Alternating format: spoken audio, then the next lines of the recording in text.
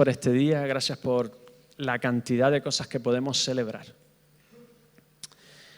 Gracias porque tú nos lo has dado todo y estar con tu iglesia y compartir con tu iglesia no puede ser un problema, Señor. Tiene que ser una bendición y un privilegio que tenemos. Te pido que podamos celebrar y que tú bendigas tremendamente los cultos de las próximas 2 semanas y este retiro, Señor, en el que queremos compartir como familia y disfrutar y celebrar lo que tú has hecho. Bendice esta palabra que vamos a estudiar y que vamos a leer. En el nombre del Señor Jesús. Amén. Por esta causa yo, Pablo, prisionero de Cristo Jesús, por vosotros los gentiles. Pablo tiene una perspectiva tremendamente diferente a lo que cualquier otra persona hubiese dicho en la circunstancia de Pablo. Y muchas veces un cambio de perspectiva lo cambia todo. No cambia la situación, pero cambia la forma en que vivimos las cosas. Me acuerdo yo en sexto de EGB, los jovencitos que estáis aquí no sabréis lo que es, no, primaria, sexto de primaria todavía existe, un profesor que se llamaba Pepe, todavía me acuerdo de él, que me dijo una cosa. Yo estaba siempre despistado, ¿vale? Porque no me gustaba el colegio. ¿A quién le gusta el colegio?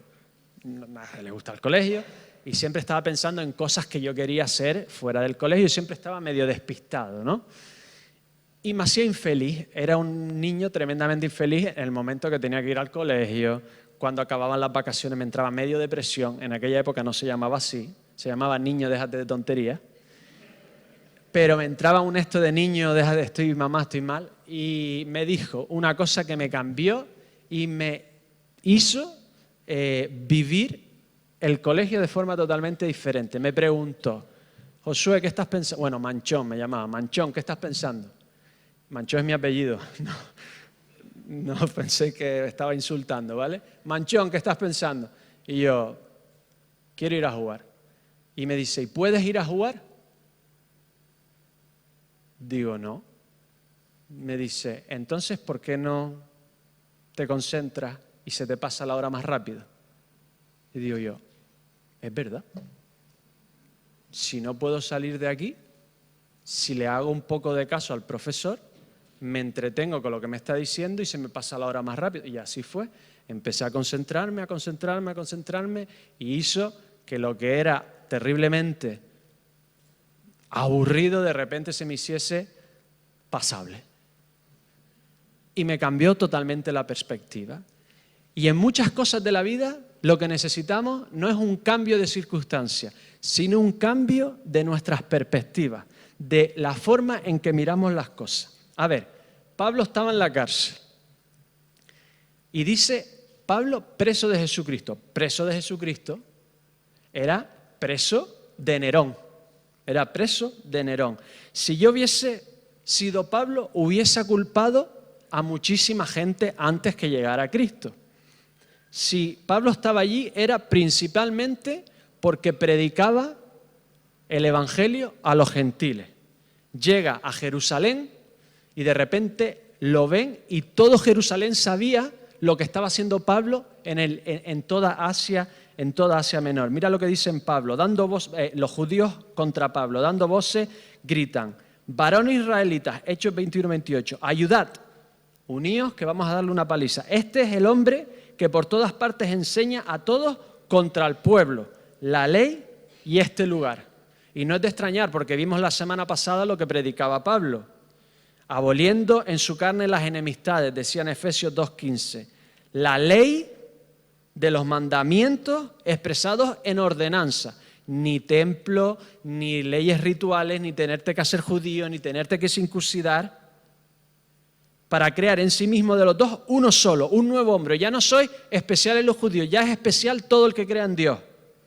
Así que, ¿qué dicen los judíos?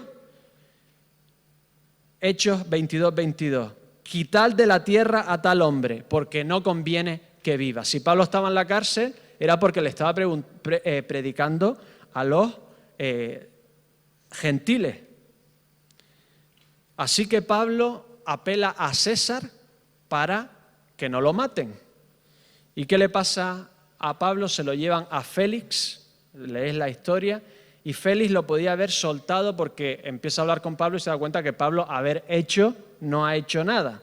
Así que Félix está esperando a que le dé dinero, lo soborne para dejarlo ir. Esperaba también con esto que Pablo le diera dinero para que le soltase, por lo cual muchas veces lo hacía venir y hablaba con él. Pero al cabo de 2 años recibió a Félix por sucesor, a Porcio Festo, y queriendo Félix congraciarse con los judíos, dejó preso a Pablo. Es decir, Pablo está en la cárcel y podía haber dicho, mira, la culpa en realidad es de los gentiles, porque... ¿Se ha ido? Imaginaos a un judío que cree en Jesucristo como su Salvador. ¿Se hubiese salvado? Siguiendo las normas, sin necesidad ahora de tener que sacrificar, siguiendo las normas de no comer ciertas carnes, ciertos mariscos, no mezclando ciertas telas. ¿Creen en el Señor Jesucristo? ¿Se podía haber salvado? ¿Se podía haber salvado? Sí. Es decir, Pablo se hubiese librado de cárcel, paliza, azote, etcétera, etcétera, se lo hubiese dicho a los gentiles. Pareced medio judíos, aunque no os tengáis que circuncidar y creer en Jesucristo, y ya está.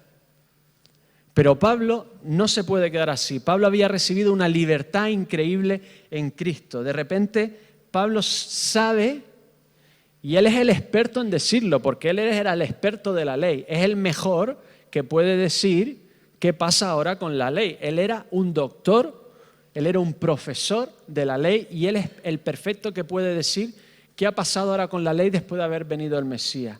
Y él había visto tal libertad en Cristo que ya lo había cumplido todo, que no le puede decir a los gentiles simplemente haceros medios judíos, sino sois una nueva creación, sois una nueva persona, una nueva humanidad. Ya no tenéis que ser judíos, ni los judíos tienen que ser gentiles, solo tenéis que ser como Cristo y sois una nueva humanidad, parte de la Israel espiritual. Pero no, Pablo tuvo que predicarles la verdad a los gentiles. Y si no, yo hubiese culpado a los judíos que estaban detrás de él para matarlo. Por eso tuvo que pedir la ayuda y que lo juzgaran. Se lo iban a llevar a Félix y lo querían matar en el camino. Algunos prometieron no comer hasta matarlo. Ya me imagino se morirían de hambre, no lo creo. Creo que rompieron la promesa. Después iban a salir, pero podían haber salido, pero se empeñaron los judíos por Pablo 2 años para que no saliera, para que se lo entregaran, etcétera, etcétera. Y podía haber culpado a los romanos. ¿Qué estaba esperando Félix? Un soborno. ¿Y Pablo qué hace en la cárcel? Tiene la llamada de la cárcel, esa que podemos hacer cuando vamos a la cárcel. Yo no sé si eso es verdad.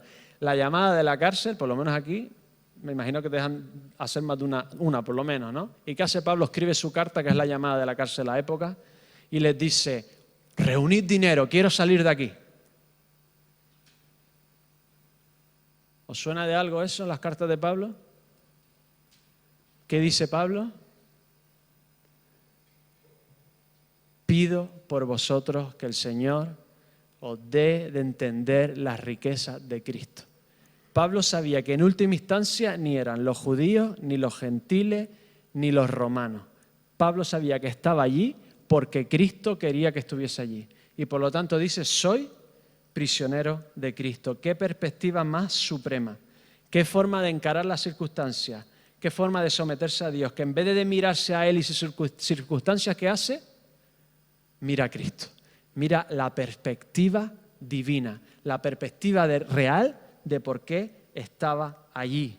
¿Y qué hacía Pablo por ellos?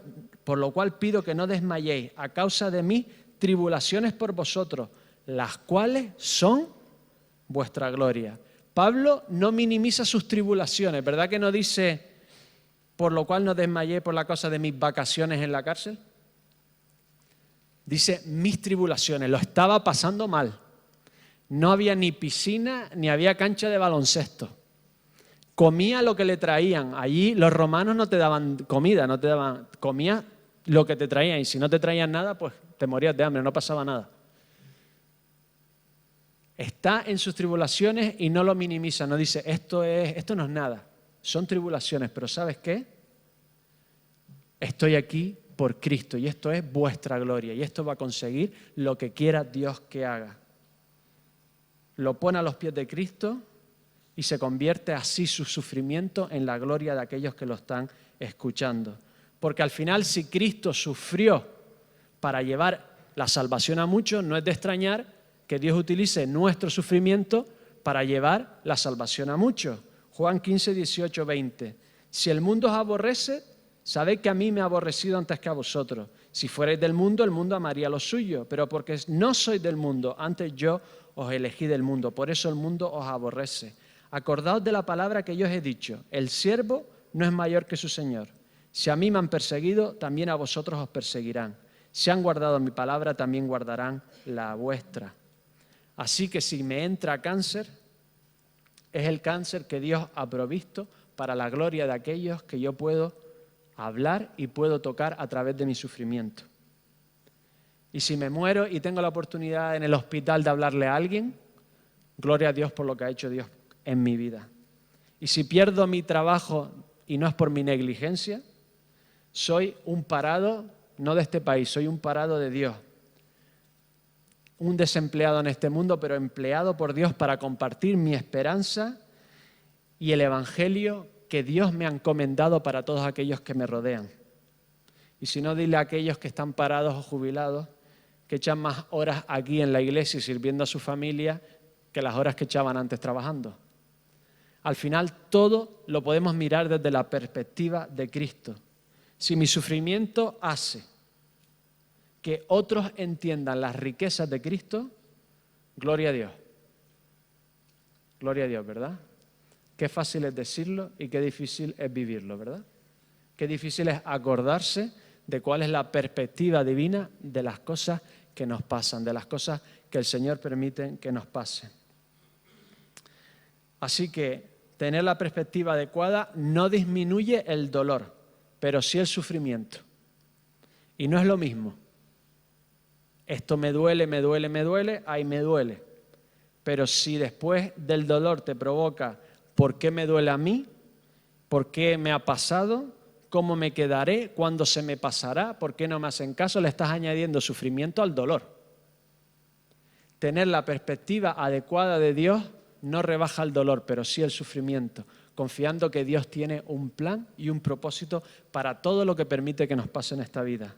Tener la perspectiva adecuada no quita el problema, pero magnifica la verdadera razón de por qué Dios nos tiene aquí en la tierra. Y es para llevar su mensaje y tocar a otros a través de nuestras propias circunstancias. Y Dios quiere que toquemos a otros no siendo apartados de todo dolor y sufrimiento y pena, sino todo lo contrario, sufriendo como los demás están sufriendo y perdiendo el trabajo como los demás están perdiendo trabajo y quedándonos solos como los demás se quedan solos. Y viviendo lo que los demás están viviendo y así hablarle de la esperanza y la perspectiva de Dios, porque así es como lo hizo Cristo. Cristo no vino aquí flotando sobre una nube, se hizo uno de nosotros y sufrió cada cosa que podemos sufrir nosotros. ¿Para qué? Para decirte, yo te comprendo, yo estoy aquí, yo soy Dios que quiero redimir tu sufrimiento. Y si Cristo lo hizo, nosotros también lo tenemos que hacer. Y lo que tenemos que ver es nuestra vida desde su perspectiva. Y no disminuirá las problemáticas ni el sufrimiento ni el dolor, pero sí cambiará el sufrimiento. Y no perderemos la gloria que Dios saca del todo sufrimiento que tienen sus hijos. Si no tenemos la perspectiva divina, perderemos la gloria que Dios saca siempre del sufrimiento de sus hijos.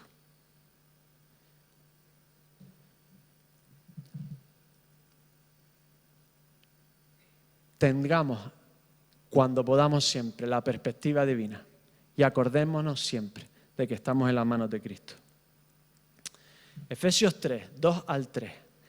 Todo esto de una palabra, ser prisionero de Cristo. No os preocupéis que no voy a ir palabra por palabra así, ¿vale? Ahora voy a leer 2 versículos seguidos. Dice así: si es que habéis oído de la administración de la gracia de Dios que me fue dada para con vosotros, que por revelación me fue declarado el misterio, como antes lo he escrito brevemente.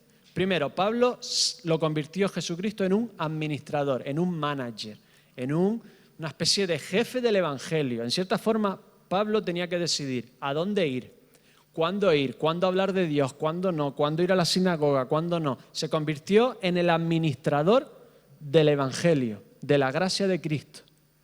Y somos todos administradores de esta gracia, ¿verdad? Tenemos que ser sabios y saber a quién hablar, cuándo hablar, cómo hablar. En un mundo que solo piensa con los ojos, ¿me entendéis? Ya la gente no piensa, no pensamos, ahora vemos. ¿Verdad que sí? La juventud ya no le hables, ahora mándale un meme. ¿Vale? Cuando la sociedad solo mira por los ojos, muchas veces lo que tenemos que hacer, como estamos haciendo, es que la gente vea el Evangelio, no lo escuche. Con un comedor social, con el USAID, ayudando a personas, visitándolas. Muchas veces la gente tiene que verlo en vez de oírlo, porque muchas veces no te oyen hasta que no lo vean. Tenemos que ser administradores de cómo llevar este Evangelio a los demás. Pablo era el administrador, ¿vale? Pero se presenta como un regalo a los gentiles. Me dio como administrador de la gracia, como don, como me fue dado a vosotros. Pablo se está diciendo, yo he sido dado a vosotros, yo soy un regalo a vosotros. Parece que se está subiendo, ¿verdad? Pero cuando alguien te explica y entiendes lo que es la salvación en Dios, lo vemos como un verdadero regalo, como un verdadero ángel, ¿verdad? Cuando comprendes que hay perdón real en Cristo, lo ves como un regalo. Puedes oír el Evangelio millones de veces y no entenderlo. Hasta que un día Dios te abre los ojos y entiendes que tienes un problema tremendo con Dios y que Él tiene un perdón y una solución para ti. Si la gente lleváramos una pantalla aquí, en la cabeza, pantalla virtual o física, vamos a decirle virtual, que pesa menos, reflejándose lo que pensamos, sin que tú lo vieras, reflejándose todo lo que pasa por tu mente, ya no habría una ilusión de que el mundo, la mayoría son buena gente y hay algunos perdidos. Ya simplemente veríamos que todos somos malos y que algunos lo hacen y que otros no. Si realmente tuviésemos algo aquí, ya no habría ilusión de que este mundo puede tener solución o lo que hay que hacer es una solución política o social. Nos daríamos cuenta lo podrida que estamos, la podrida que está la humanidad, lo podrido que estamos cada uno de nosotros.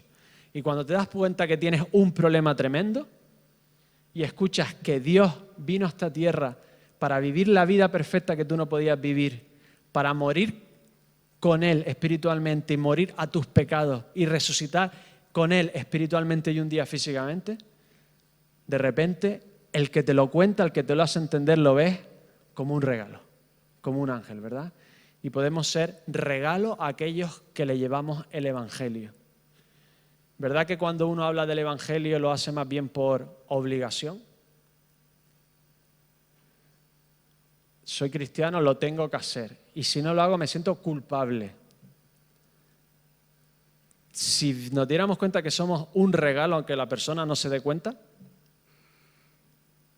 estaríamos regalando esto de forma un poquito más alegre y un poquito más, bueno, el Señor algún día le tocará el corazón y le hará ver que lo que le estoy diciendo es lo que realmente necesita y no lo que me cuenta que necesita. Somos un regalo de Dios para este mundo y tenemos que dar este don y este regalo con alegría, con sufrimiento. A Pablo lo llevó a la cárcel, a nosotros nos puede llevar a que nos miren mal, que se rían un poquito de nosotros,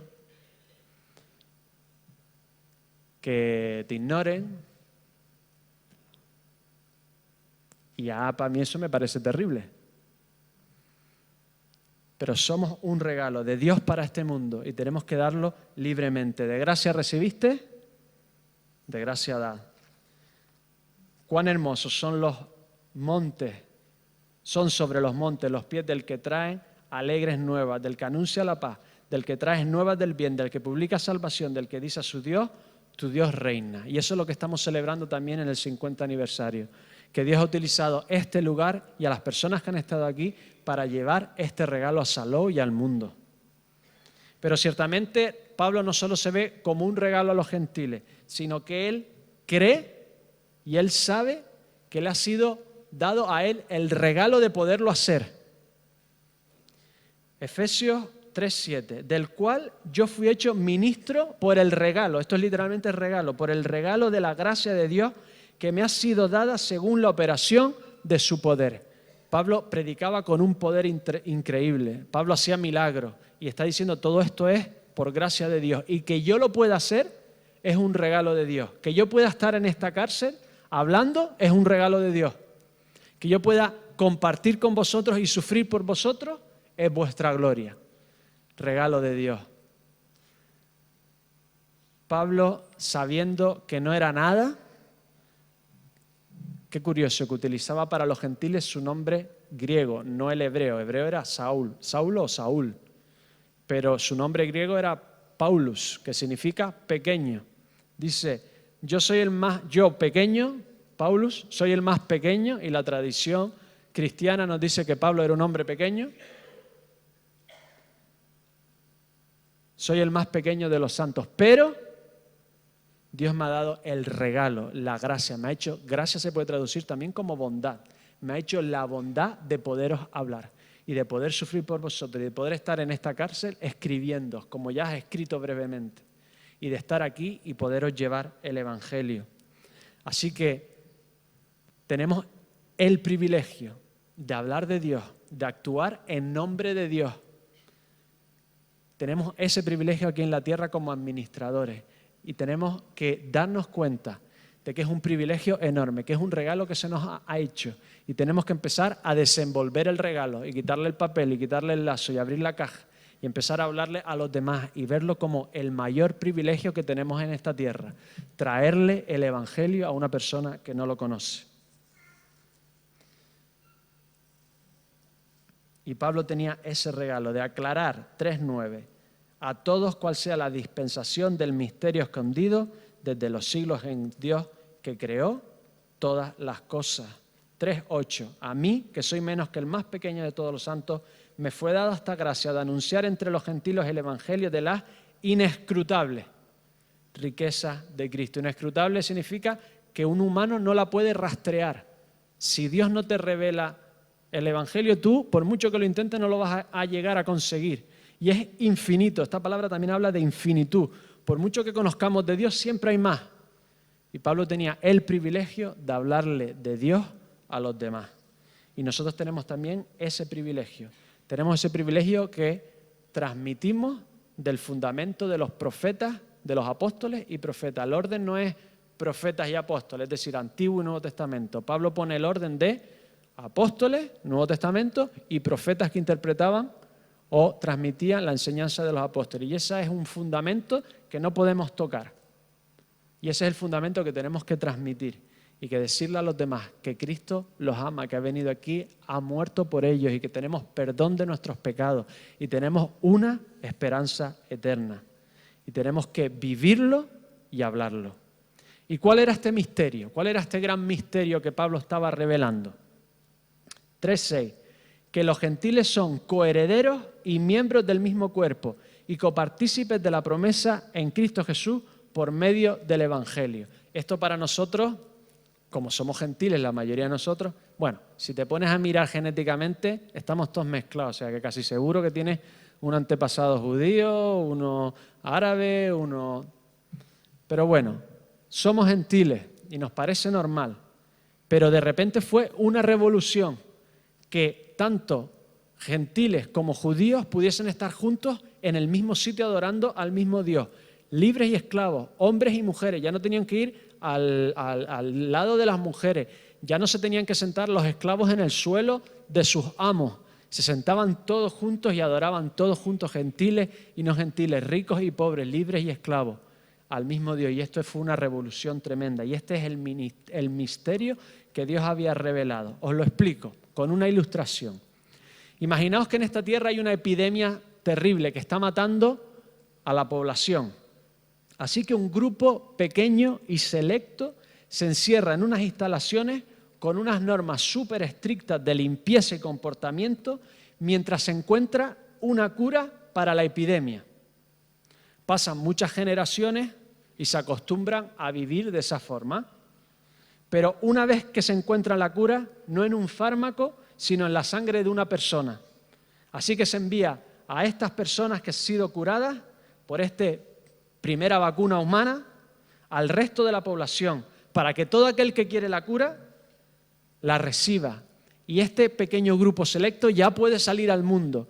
Ya la cura está ahí, ya pueden llevarla a toda la humanidad. Pero ¿qué pasa? Que se han acostumbrado tantos años en ese sitio a vivir de esa forma que no quieren salir de ahí. Esto es lo que había pasado en cierta forma. Era un grupo, un pueblo selecto, apartado, con unas normas estrictas, mientras que llegaba el Mesías, hablándole al resto del pueblo de que tenían un problema, de que había un problema tremendo.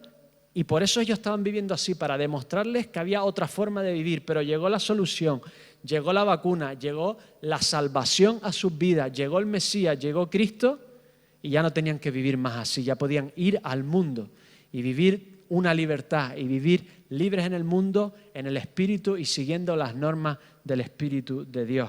Ese era el gran misterio.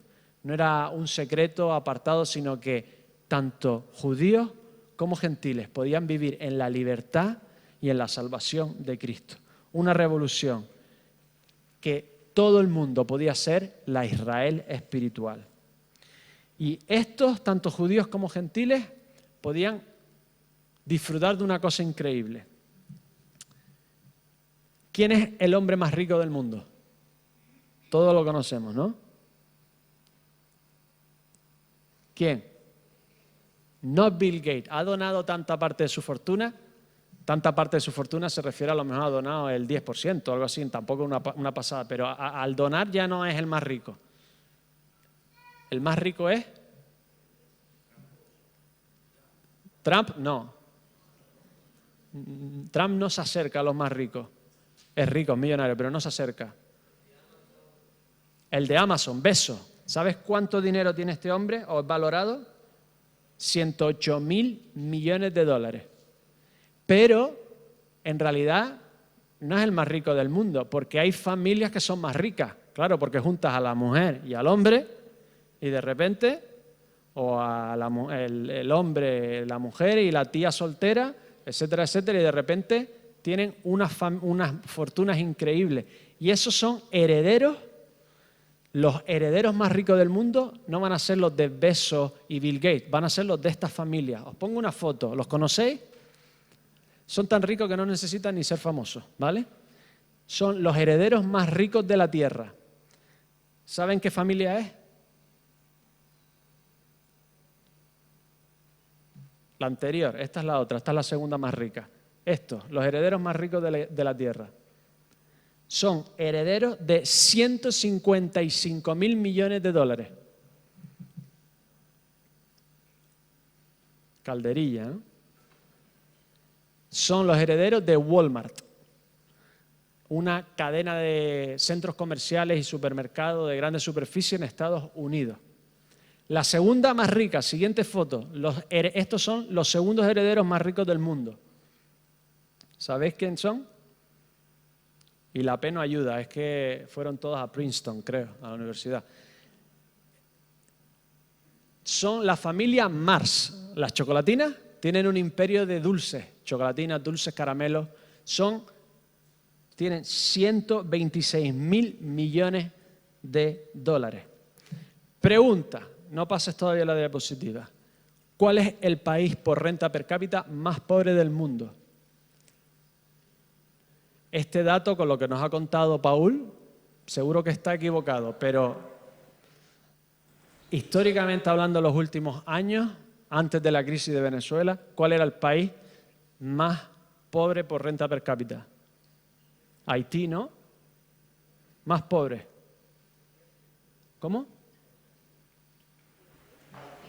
Haití, no. Birmania, no. A lo mejor tienen razón, pero uno lo mira en internet, a veces internet, y tienen razón ellos. Albania, Salvador, no. No lo vas a coger. Liberia. El Producto Interior Bruto, no, la renta per cápita, perdón, es de $1,9 al día por persona. Un americano gasta $50 al día. 1,9. ¿Y sabes cuánto cuesta el kilo de tomate? $9. ¿Me entendéis la...?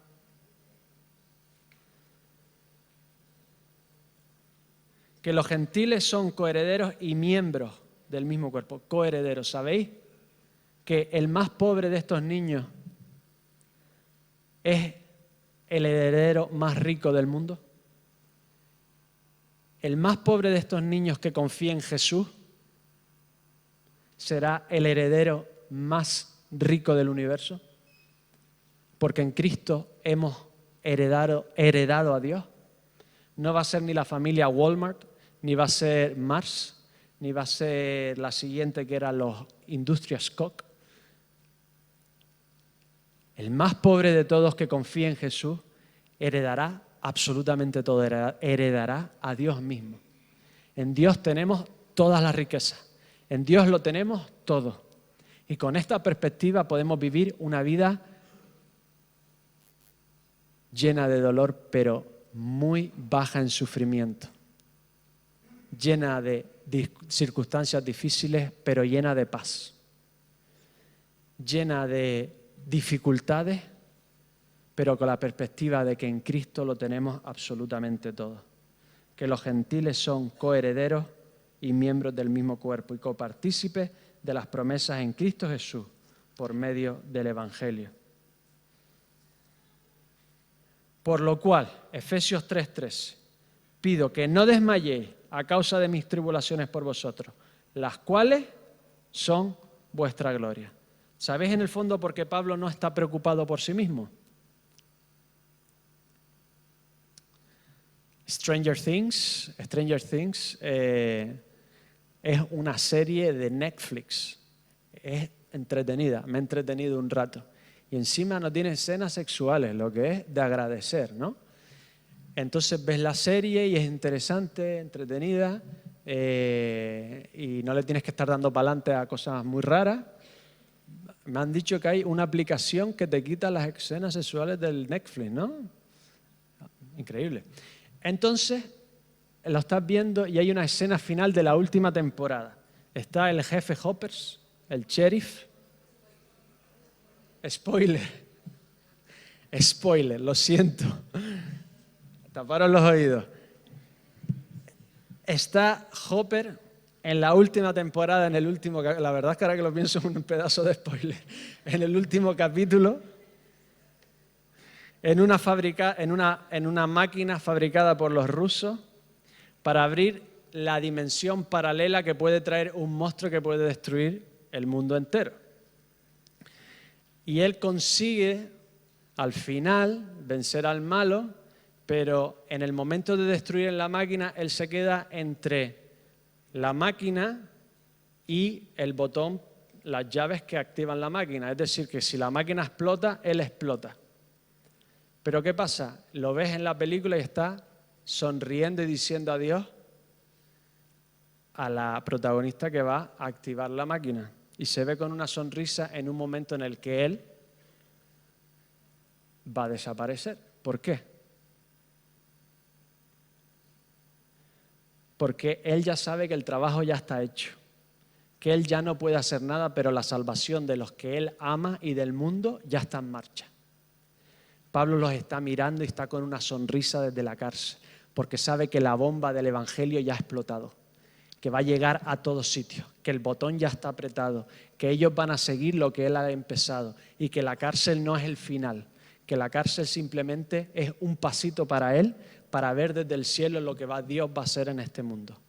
Tenemos que pensar en vivir una vida que cuando miremos para atrás y lleguemos al final, miramos y digamos, da igual, ya yo solté la bomba. Ya yo sé que los que he amado van a seguir llevando el Evangelio. Da igual que yo me vaya, que ya yo me puedo ir con una sonrisa, porque he vivido una vida en la que he estado demostrando y hablando el privilegio y el regalo que Dios me dio en esta tierra, que es poderle hablar a otros de Cristo. Concluyo. De gracia hemos recibido, demos de gracia. Vivamos de una forma que cuando miremos atrás nos quedemos tranquilos de que nuestra parte ya está hecha, de que la multiforme sabiduría de Dios a través de su iglesia va a seguir expandiéndose y llevando el misterio de Cristo a toda esta tierra. Que el Señor los bendiga.